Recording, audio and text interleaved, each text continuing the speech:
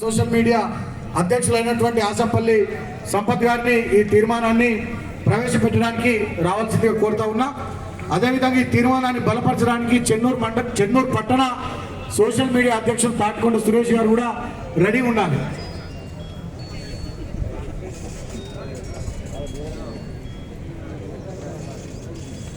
Next తీర్మానం పల్లె పట్టణ ప్రగతి మంత్రి బాపు ఎంపీపీ గారు చెన్నూరు సాగరెడ్డి కేతర్పల్లి మున్సిపాలిటీ వైస్ చైర్మన్. చివరి తీర్మానం అంటే లంచ్కు ముందు చివరి తీర్మానం ధరల పెరుగుదల మోడీ వైఫల్యం సువర్ణ గారు కౌన్సిలర్ శాంతారాణి గారు రెడీ ఉండాలి.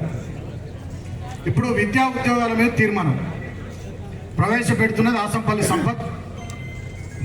జై తెలంగాణ. కేసీఆర్ గారి నాయకత్వం.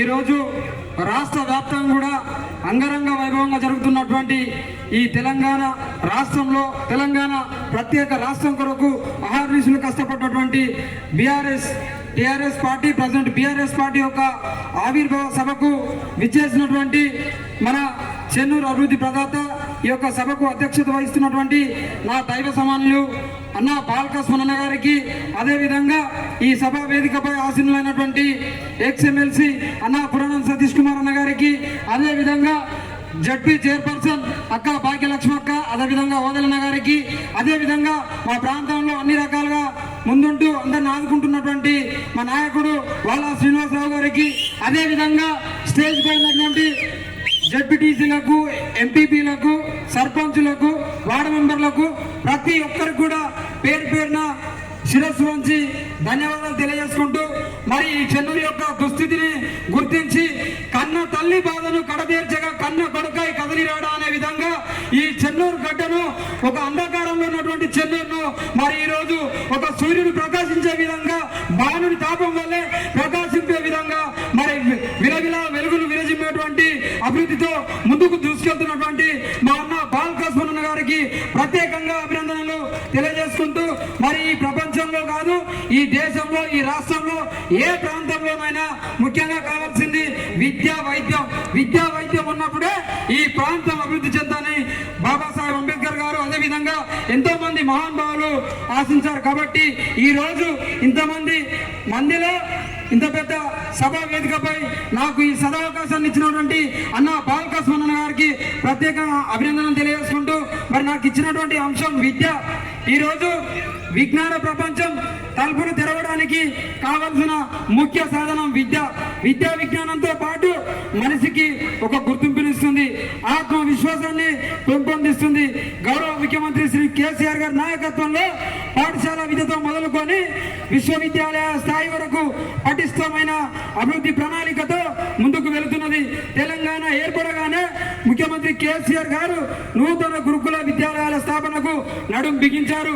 నేడు రాష్ట్రంలో గురుకులాల సంఖ్య 1002 వరకు పెరిగితే వీటిలో చదువుకున్నటువంటి విద్యార్థుల సంఖ్య 5,59,000కు పెరిగింది. రాష్ట్ర వ్యాప్తంగా ప్రభుత్వ పాఠశాలలో మౌలిక వసతులను అనేటువంటి ఒక బృహత్తరమైన కార్యక్రమాన్ని అమలు చేస్తుంది. ఇందుకోసం 7,289 కోట్లతో ప్రభుత్వం ఖర్చు చేయనున్నది. 2,962 ఇంటర్మీడియట్ కళాశాలలో 9,48,321 మంది విద్యార్థులకు ఉచితంగా విద్యను అందిస్తున్నది. రాష్ట్ర వ్యాప్తంగా ఉన్నటువంటి 2,86,006 పాఠశాలలో చదువుతున్నటువంటి 25,26,000 మందికి విద్యార్థులకు సన్నబియ్యంతో పెడుతున్నటువంటి ఏకైక రాష్ట్రం మన తెలంగాణ ప్రభుత్వం. దీనికి నేను గర్విస్తున్నాను. విద్యార్థులకు సన్నబియ్యంతో పాటు దేశంలో సన్నబియ్యంతో విద్యార్థులకు అన్నం పెడుతున్నటువంటి ఏకైక రాష్ట్రం తెలంగాణ అని నేను గల్లా ఎగిరేసి చెప్తున్నాను. గౌరవ ముఖ్యమంత్రి కేసీఆర్ గారి ఆశీస్సులతో పోయిన సంవత్సరం మన మంచిర్యాల జిల్లా కేంద్రంలో కూడా ఒక మెడికల్ కాలేజీని ప్రారంభించడం జరిగింది. గతంలో స్థానికులకు 60% నుండి 80% వరకు మాత్రమే లోకల్ రిజర్వేషన్లు ఉండేవి. ఇప్పుడు తెలంగాణ ప్రభుత్వం అమలు చేస్తున్నటువంటి ప్రత్యేకంగా నూతన నియామక విధానంతో అటెండర్ నుంచి ఆర్డీఓ ఆఫీసర్ దాకా స్థానికులకే 90% ఉద్యోగాలు కల్పిస్తున్నటువంటి ఏకైక రాష్ట్రం తెలంగాణ ప్రభుత్వం.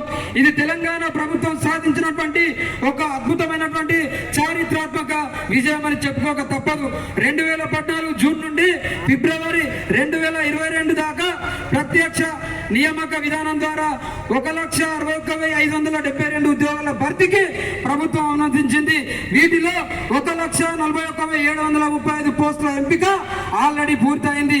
విద్య ఉద్యోగ అవకాశాలతో యువతకు బంగారు భవితను అందిస్తూ మరి తెలంగాణలోని ప్రతి ఒక్క పేద కుటుంబంలో విద్యార్థి కలగలిగినటువంటి కార్పొరేట్ స్థాయిని విద్యను అందించినటువంటి గౌరవ ముఖ్యమంత్రి కేసీఆర్ గారికి ధన్యవాదాలు చెప్తూ మరి తీర్మానం ప్రవేశపెడుతున్నాను.